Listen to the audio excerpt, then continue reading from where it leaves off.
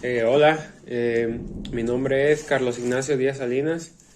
En esta ocasión, pues voy a presentar lo que es mi libro interactivo, físico, de la materia de teorías del aprendizaje. Este, yo soy perteneciente a la Escuela Normal de Tejupilco, a la licenciatura. Bueno, estoy estudiando la licenciatura de Enseñanza y Aprendizaje en Telesecundaria. Como ya mencioné, en este caso es la materia de teorías del aprendizaje.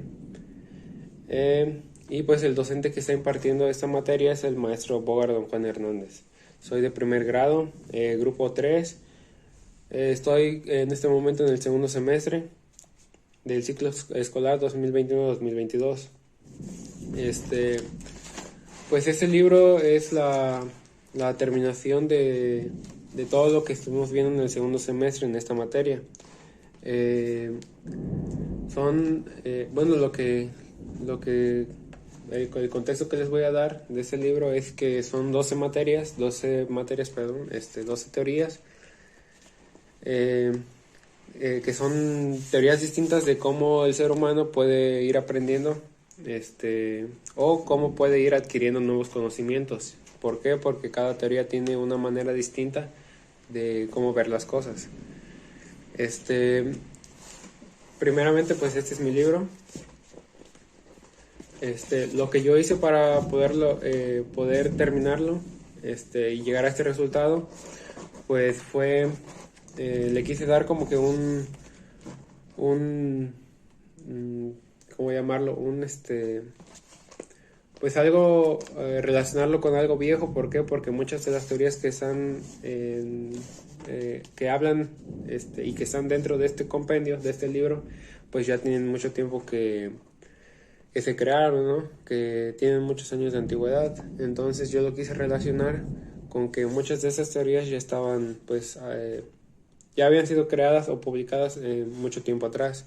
Entonces, le quise dar un aspecto más viejo a lo que son mis actividades, mis teorías, y pues también al último a lo que son mis paradigmas, porque también viene un apartado que habla de los paradigmas. Lo que yo hice fue utilizar una técnica llamada técnica del café, que era, pues, manchar las hojas pues, de café diluido en agua, para posteriormente dejarla secar, por un día, para que agarraran este tipo de color. Después, como aquí se ve, a la mayoría, si no es que a todas las hojas, pues lo que son las orillas se les tuvo que quemar para que agarraran este aspecto de ser, pues, un libro viejo. Lo mismo con las pastas, pues se le dio el aspecto de que ya estaban algo gastadas. Yo lo que hice también fue cocerlo, pues para que durara un poco más, para que no se, pues no fuera tan frágil, y durara mucho tiempo.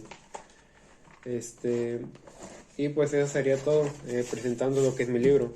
Ahora pues les voy a dar el contexto voy a hablar pues del contenido. Pues aquí está primeramente la carátula, mi presentación, que fue lo que les acabo de mencionar.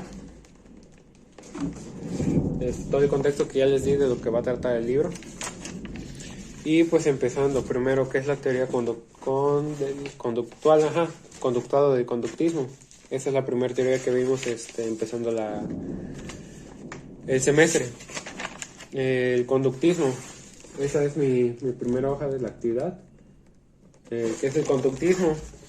Es una corriente de la psicología que considera que hay una relación entre la conducta y el aprendizaje del entorno. ¿Qué nos quiere decir con esto? Que el conductismo es cómo cierto ser, porque pues no aplica solamente en los humanos, sino en este caso nos da un ejemplo de un perro, de cómo un perro, pues, se condiciona a aprender algo a raíz de un estímulo. ¿Cómo es esto? ¿Cómo se da esto? Bueno, nos da el ejemplo de que primeramente el perro, cuando ve la comida, bueno, aquí se ve, El perro cuando ve la comida, pues el perro empieza a salivar. Entonces, lo que hizo aquí el autor de esta teoría fue hacer un experimento. ¿Cómo? Primeramente le llevaba comida al perro y él ya sabía que iba a empezar a salivar. Después, lo que hacía con una campana, llevaba la comida y la campana al perro y el perro de nuevo comenzaba a salivar. Esto lo hizo por varios tiempos hasta que después el perro aprendió que con la misma campana él iba a esperar que le dieran de comer y empezaba a salivar, pero esta vez sin comida. Y ya por último, pues simplemente con escuchar el sonido de la campana, el perro ya estaba aprendiendo, o más bien ya sabía que tenía que esperar para que, pues en este caso el autor le diera de comer.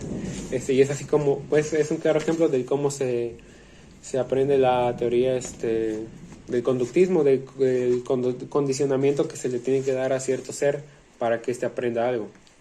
Y pues aquí en mis actividades puse dos. Primero, que el que estuviera leyendo este libro pues diera su punto de vista del por qué cree que se lleva a cabo este tipo de aprendizaje, del por qué el perro pues reacciona de esta manera. Y pues acá abajo una relación de columnas con varios conceptos que abarcan lo que es la teoría. Después tenemos la teoría constructivista. La teoría del constructivismo nos menciona que pues todo aquel, en este caso aplica más en los seres humanos. Todos tenemos la capacidad de construir nuestro propio aprendizaje. ¿Cómo es esto? Pues cada quien tiene la madurez, la mejor manera para saber cuál es la iniciativa, o pues en sí otra vez la manera de aprender que más se adhiera a nosotros, que más nos sea cómodos para aprender cualquier tipo de cosa.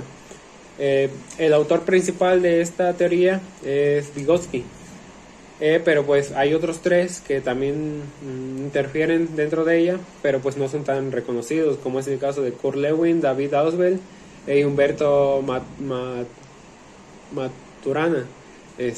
Pero pues se le conoce más como la teoría del constructivismo a Vygotsky.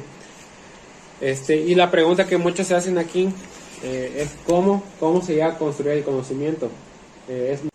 Sí, como les decía, es relacionado a lo que ya les había mencionado, de que pues hay muchas maneras de construir nuestro propio conocimiento, y pues cada uno lo encuentra la manera de pues lo que se le haga más accesible para pues aprender. La actividad que yo puse dentro de esta teoría fue pues un laberinto. ¿Por qué? Porque cada persona pues se va a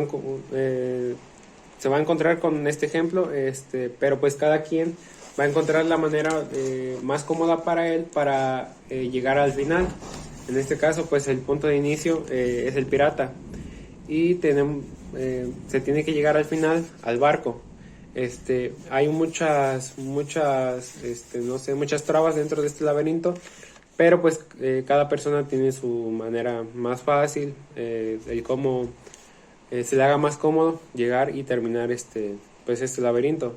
Entonces eso es a lo que se refiere la teoría del constructivismo.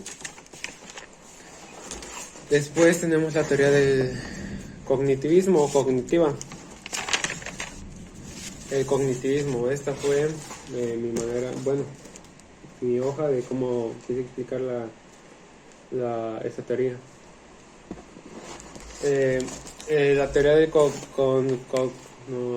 cognitiva, cómo se enseña, cómo se relaciona con la educación. La información de la teoría cognitiva debe ser entregada a través de los sentidos.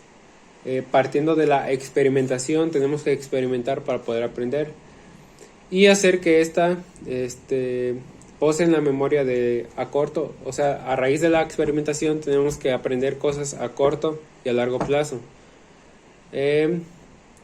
para que así no tengamos un problema después para acordarnos de las cosas que estamos aprendiendo. Por eso se utiliza más que nada la experimentación. El autor principal de esta teoría es Jean Piaget. Y pues lo que yo hice como actividad, se tenía que recortar los cuadros de colores que aquí se presentan. Se alcanza a ver. Lo que se tiene que hacer en esta actividad son, pues no sé, varias veces, porque es muy difícil que la primera quede. O lo aprendamos o recordemos en este caso, porque tenemos que recordar en qué cuadritos está la figura de este lado. Después lo tenemos que tapar, en este caso con algún objeto que tengamos, y tratar de dibujar del mismo color y en el mismo lugar a un lado en los cuadros que están de color blanco. Entonces esto es una manera de poder aprender experimentando. ¿Por qué? Porque no la primera nos va a salir. Vamos a tener errores, entonces conforme vayamos teniendo estos errores es que vamos a ir aprendiendo, y eso es a lo que se refiere a la teoría del cognitivismo. Después se nos presenta la teoría humanista. El humanismo, pues esto es lo que yo puse como información para explicar un poco mejor la teoría. Primeramente, ¿qué es la teoría humanista?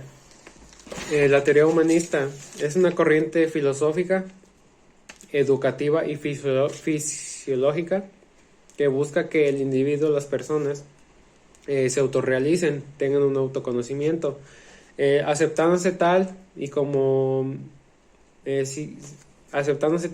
es, siguiendo una jerarquía de valores y motivos que hagan posible su desarrollo personal. Tienen que existir, como menciona, valores atrás de nosotros o dentro de nosotros para poder ser la persona que nosotros queramos lograr ser. 5 características importantes de esta teoría. La primera es que retoma las necesidades de los individuos como base de las decisiones educativas. Fomenta el incremento de opciones del individuo, que nos haga más autodidactas, más críticos en situaciones que se nos presenten. Concede el conocimiento personal tanto valor como conocimiento público, que en cualquier tipo de espacio que se nos presente, pues, tengamos las herramientas para poder opinar. Tiene en cuenta que el desarrollo de cada individuo no debe fomentarse, va en contra del desarrollo del otro individuo, que no tenemos que frenar a nadie para evitar que él esté aprendiendo. Y por último, considera que todos los elementos constituyentes de un programa educativo deben contribuir a crear un sentido de relevancia, valor y merecimiento en cada persona implicada.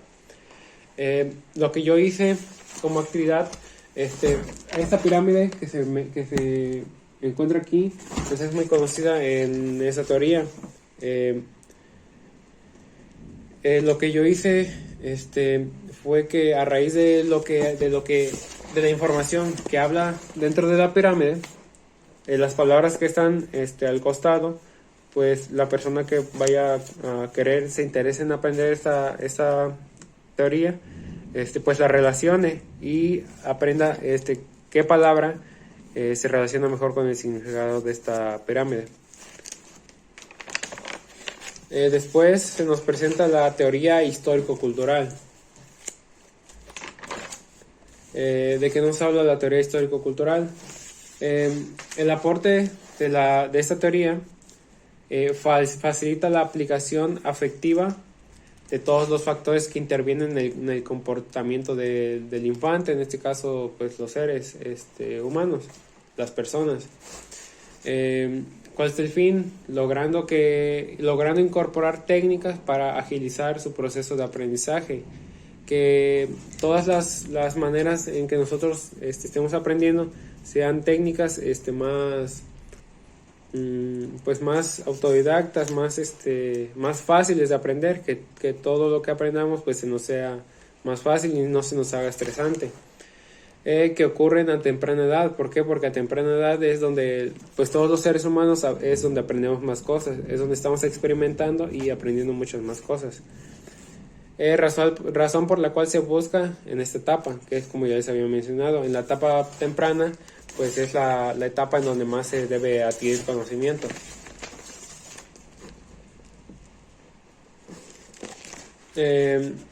Igualmente el autor de esta teoría es Vygotsky. Este nos menciona 4 zonas. La primera, que es la zona de desarrollo próximo. Esta se refiere al espacio entre las habilidades que ya posee un niño a temprana edad y lo que puede llegar a aprender a través de una guía, que en este caso serán los papás.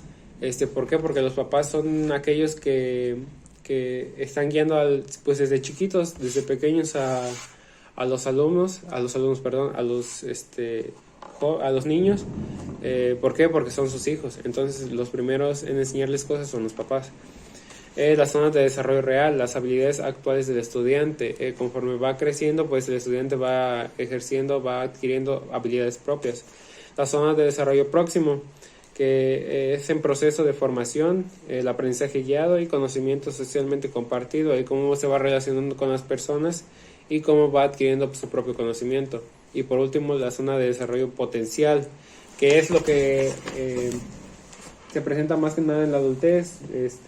La zona de desarrollo potencial es lo que, pues, en este caso el ser humano puede lograr hacer a raíz de esta teoría.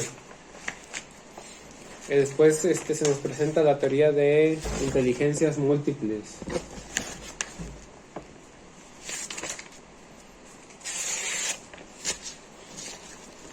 La teoría de inteligencias múltiples, pues les muestro este es el apartado.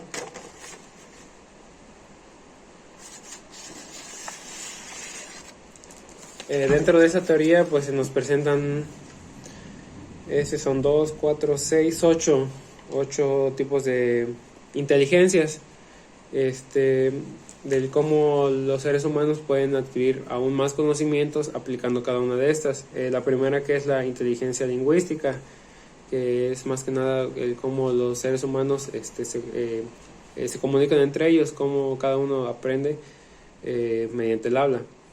La inteligencia lógico-matemática, que es más que nada pensar en aquellos problemas matemáticos que nos hagan pues aprender más. ¿Por qué? Porque muchas veces nosotros creemos que las matemáticas no nos van a servir de mucho los tipos de problemas que se nos presenten. ¿Por qué? Porque no muchos de los problemas que nos enseñan a lo largo de nuestra carrera los vamos a aplicar en la vida diaria, pero nos van a servir para poder reflexionar más y tener un nivel mayor de autocrítica. La inteligencia visual espacial, que es como conocemos, cómo relacionamos todo el entorno con las cosas que nos están pasando. La inteligencia corporal sinestésica, eso que se refiere del lenguaje que podemos nosotros expresar o ver mediante cómo nos comunicamos con acciones corporales, gestos corporales. La inteligencia musical, pues esta pienso yo que no es algo que todos puedan hacer. ¿Por qué? Porque el tocar un instrumento, cantar una canción no es algo fácil. Se requiere de mucho valor, de muchos aspectos que no todos pueden tener, pero es una habilidad buena. La inteligencia intrapersonal, la inteligencia interpersonal y la inteligencia naturalista. Bueno, y más que nada de lo que hablan estas teorías es que promueven el aprendizaje autónomo de los alumnos, ya que al momento de toma de conciencia de las habilidades se les facilita entender y procesar cualquier otro tema o concepto. Se refiere que al que cualquiera de estas inteligencias le van a ayudar al alumno para ser una persona más crítica. Y pues lo que yo hice aquí fue igual. Vienen los ejemplos de cada tipo de inteligencia y pues arriba vienen las inteligencias. Entonces la actividad a realizar en esta teoría pues es que aquel que se interese por esta teoría, relacione las palabras con su significado, con el tipo de inteligencia. Después, la teoría de modificabilidad cognitiva.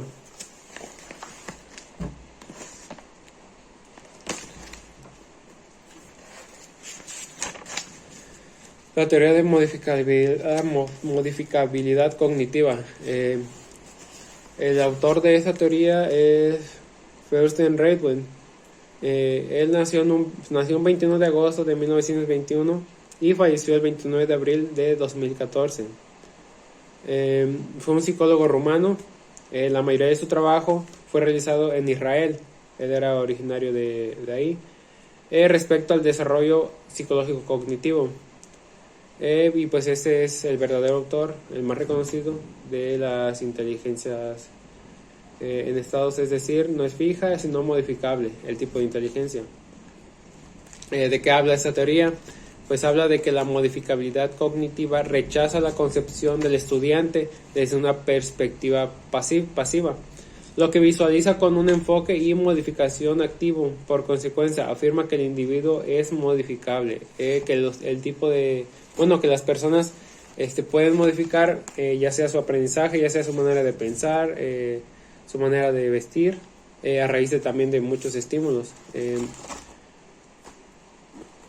¿Por qué puse este ejemplo de tablas de multiplicar? Bueno, este es el apartado. ¿Por qué puse como actividad tablas de multiplicar? Porque existen muchas maneras de cómo llegar a hacer una multiplicación. Se ve muy sencillo, pero en sí es cada uno tiene como que la manera. Hay algunos a los que se les facilita aún más y a otros menos. ¿Por qué? Porque hay algunos que ya aprendieron habilidades nuevas para contestar una multiplicación de una manera muy rápida. Por lo contrario, cuando alguien no tiene esta habilidad tan desarrollada, tiende a hacer paso por paso, y pues a raíz de que va aprendiendo, pues va modificando la manera en cómo hacer las cosas. A eso es a lo que se refiere esta teoría. Aquí la teoría social de Bandura, que es la siguiente.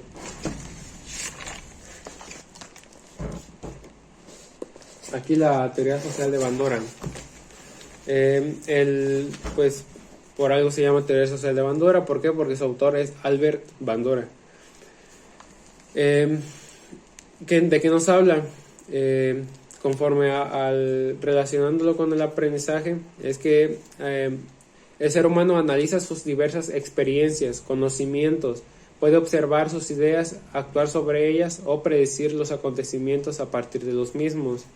Se trata de actividades metacognitivas para las cuales es importante la autopercepción de eficacia. Dentro de esa teoría, este autor realizó un ejemplo con un muñeco llamado el muñeco bobo. Creo que muchos de los que me están pues viendo alguna vez tuvieron este tipo de muñeco. ¿A qué se refiere? Bueno, aquí están pues los ejemplos con el niño. Es un muñeco que por más que le pegues no va a caer al suelo. ¿Por qué? Porque está diseñado de una manera, por dentro tiene aire, está diseñado de una manera que por más que lo empujes, pues lo patees, lo avientes, él siempre va a estar moviéndose constantemente y no va a caer al suelo. ¿Por qué? Porque está diseñado así, es su estructura. Y pues ¿de qué trata? El experimento del muñeco bobo era el nombre del experimento realizado por este autor para el estudio del conocimiento de los niños. Esto se hizo más que nada para los niños. Después de ver modelos adultos como conductas agresivas hacia un muñeco bobo. Los niños al ver que ese muñeco pues no, como ya mencioné, no se caía, pues tendían más a golpearlo, y esto sirvió para que este autor estudiara este tipo de comportamientos. La teoría del aprendizaje invisible. El aprendizaje invisible. Sostiene que podemos atender a través de experiencias formales, no formales y fortuitas, más que por una instrucción formal. Lo que yo hice aquí en esta, bueno, como actividad, era describir a alguna persona que nos la estemos imaginando, como es, o sea, hacernos en nuestra mente un ejemplo, un amigo imaginario, e irlo describiendo como es. Pero esto es personal. La finalidad de esto es que después de haber descrito a nuestro amigo inteligente, invisible o imaginario, juntarnos después con algún otro compañero y compartir nuestros puntos de vista. Es a lo que se refiere este aprendizaje. ¿Cómo podemos imaginarnos cosas sin solamente con estar pensando, pues sí, como dice la teoría, estar imaginándonos y de ahí sacar, en este caso, lo que pide la actividad, pues a alguien, estar inventándolo. Entonces es la capacidad que tenemos del cómo podemos, a raíz de ciertos puntos de vista, puntos de partida que aquí menciona, cómo podemos crear a alguien en nuestra mente, la habilidad que tenemos. Bueno, después nos encontramos con la teoría del estudio independiente, que habla la teoría del estudio independiente. Es un programa de educación alternativo dirigido a las necesidades y aprendizajes de los estudiantes. Pues más que nada creo que es muy fácil relacionarlo con su nombre, estudio independiente. Es como los alumnos van a aprender conforme a sus necesidades, porque pues no todos tienen las mismas necesidades, no todos tienen pues las maneras de aprender. Entonces cada uno necesita una manera distinta de estar, ¿cómo decirlo? Pues sí, de aprender. Entonces cada uno busca sus herramientas distintas para sacar adelante su aprendizaje. Aquí pues es una actividad muy sencilla. ¿Por qué? Porque lo que yo puse, bueno, aquí se los enseño, es una lectura comprensiva. Pues, y de hecho, bueno, la lectura habla del estudio independiente. El propuesto es que pues se lea esta lectura y se subraye, primeramente se subraye lo más importante y realizar un resumen acerca de la lectura, perdón. ¿Por qué? Porque pues es pues algo que la mayoría de estudiantes puede hacer. Es cómodo, es fácil y rápido, y pues es una manera en que se les concentra más la información dentro de su cabeza. Teoría de la distancia transaccional y autónoma. La teoría de la distancia transaccional y autónoma, ¿de qué habla? Bueno, nos habla de que afirma que los diferentes programas educativos se pueden diferenciar según el grado existente de estructura, la cantidad de control ejercida por el formato o institución educativa. También nos menciona que los procesos de aprendizaje tienen que ser escritos y bien organizados, tiene que haber un tipo de evidencia.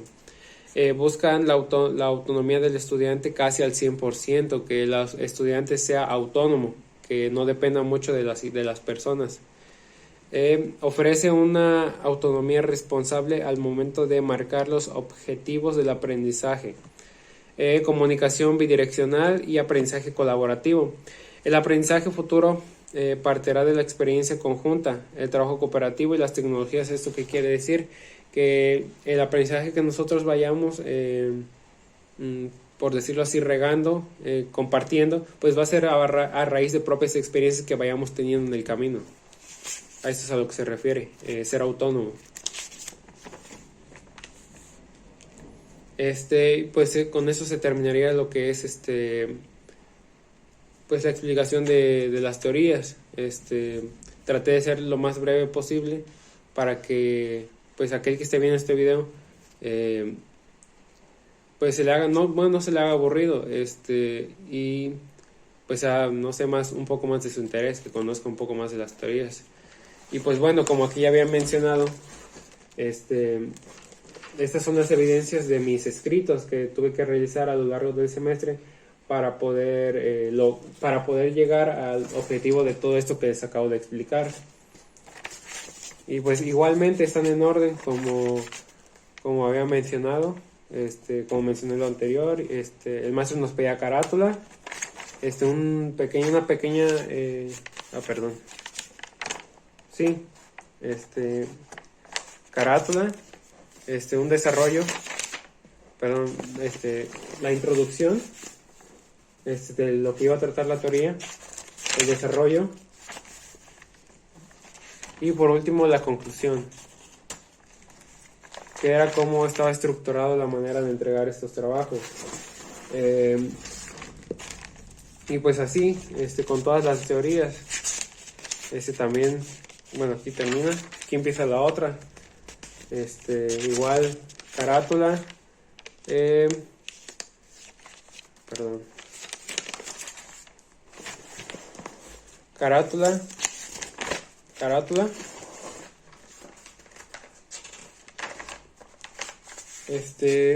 el desarrollo,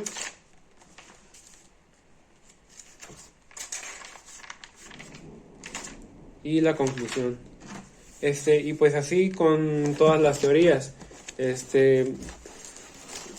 Como fue físico, un libro interactivo físico, pues tuve que agregarlas. ¿Por qué? Porque es como evidencia de todo también lo que estuvimos pues trabajando, para que vaya de la mano con las primeras actividades que ya coloqué. Y por si hay algún tipo de duda, pues dentro de estos escritos ya se encuentra la información real, ya más detallada.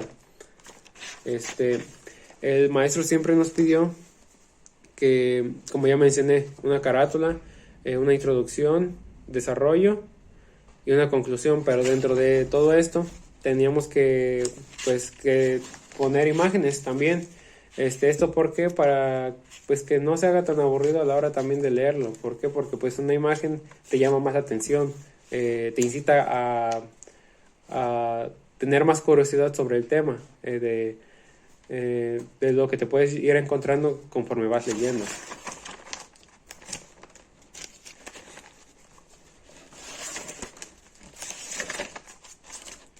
Y pues bueno, en los paradigmas, ¿de qué nos habla? ¿En qué nos hablan los paradigmas que también pues metí en este libro? El primero es paradigmas y modelos de enseñanza de aprendizaje. Un paradigma de aprendizaje es un marco pedagógico y científico de referencia para comprender, analizar y avanzar en el proceso de enseñanza del aprendizaje.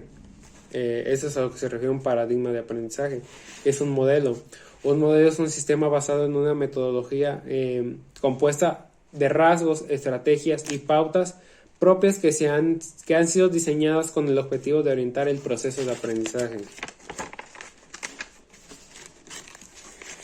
El segundo, nos encontramos con tipos de modelo, que es el modelo tradicional, conductista, romántico, cognitivista y constructivista. El paradigma conductual es relacionado a lo que ya les había mencionado de la teoría conductual. El paradigma conductual es un esquema formal de organización en el cual se plantea cómo la conducta de un organismo puede ser explicada a través de diversas causas ambientales. Aquí está metiendo un poco lo que es el medio ambiente. Nos habla también del rol del docente que tiene dentro de este paradigma. Es un sujeto activo del proceso de aprendizaje, puesto que es quien diseña todos los objetivos de aprendizaje, así como ejercicios, actividades enfocados en la repetición y memorización. Pues el docente es aquella persona que pues va a hacer que el alumno aprenda. Entonces a eso es a lo que se refiere.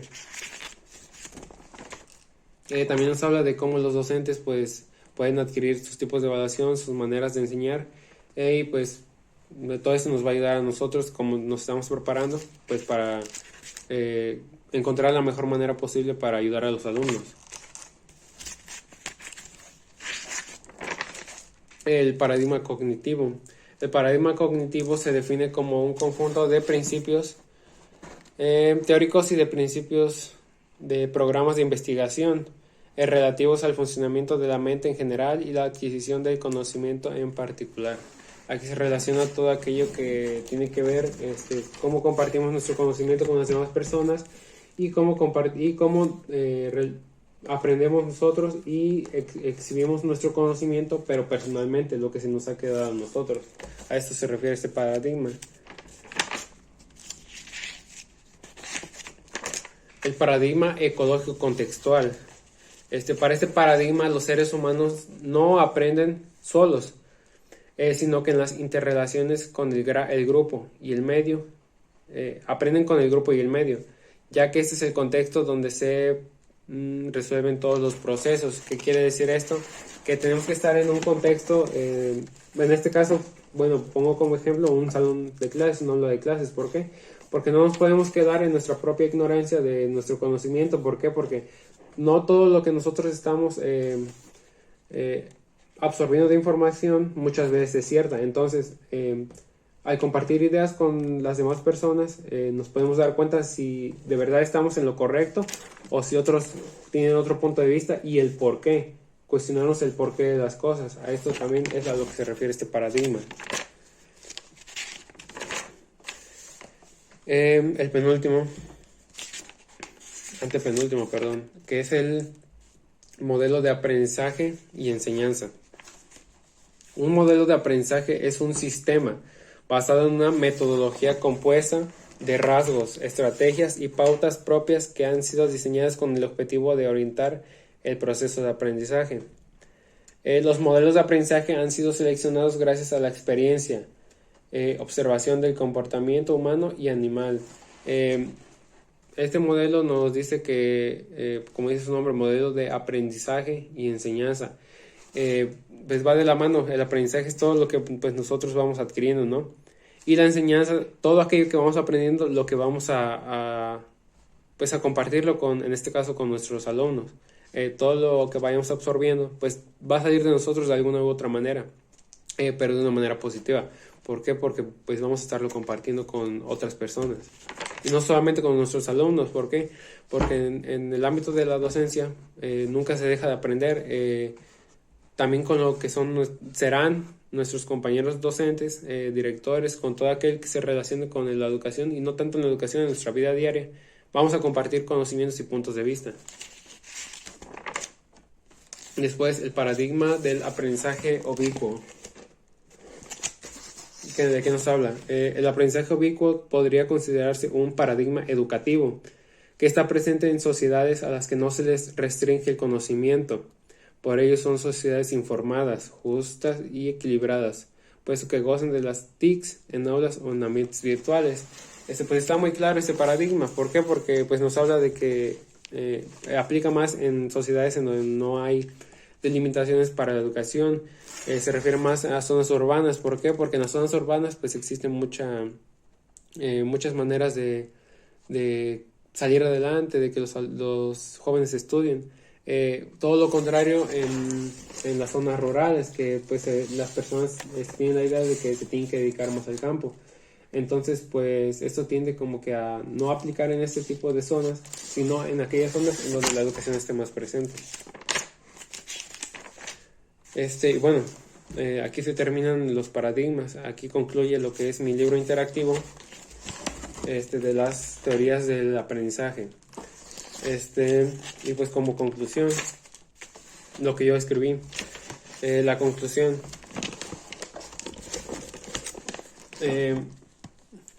La realización de este libro de las teorías del aprendizaje fue una manera viable para conocer con exactitud y más a detalle las distintas maneras de aprender que los seres humanos pueden adoptar y relacionarse con una manera de absorber conocimiento propio. Pues es lo que había mencionado un poco al inicio de que empecé a presentar este libro. Pues todo lo que compone, lo que constituye este compendio es las distintas maneras que el ser humano puede llegar a aprender, puede llegar a utilizar consciente o inconscientemente. ¿Por qué? Porque no nos damos cuenta muchas veces del tipo de conocimiento que estamos adquiriendo o que se nos está presentando. Entonces lo hacemos consciente, a veces conscientemente, porque si las conocemos, sabemos a lo que nos estamos enfrentando. Pero si no las conocemos, lo estamos haciendo inconscientemente sin saber algo. Pues esto es todo lo que tenía que explicar. Espero no se me haya pasado algo. Y pues esto sería todo. La verdad, este tipo de teorías pues sí al principio se me hacía como que un poco cansado porque no estaba acostumbrado a... veníamos de clases virtuales y pues no estaba acostumbrado a escribir mucho. Entonces, a raíz de que fue pasando el tiempo, pues comencé a comprender con exactitud de qué trataba cada una de estas, y ahora entiendo el por qué es muy importante que las personas conozcan y se adentren un poco más en este tipo de contenidos. Entonces, no solamente soy yo el que está presentando este tipo de evidencias. Existen 3 grados dentro de esta licenciatura en la Escuela Normal de Tejupilco que están presentando este tipo de evidencias. Entonces, pues en este caso, personalmente, pues esta es mi evidencia, y pues a todo aquel que le interese revisarla en el momento que desee para conocer más acerca de lo que tratan, pues este libro está 100% en la Escuela Normal de Tejupilco. Me parece que los va a tener por un momento el maestro que imparte la materia, que es el maestro Bogar. Y pues esto sería todo. Como ya mencioné, soy alumno de la Escuela Normal de primer grado, grupo 3, en la licenciatura de telesecundaria.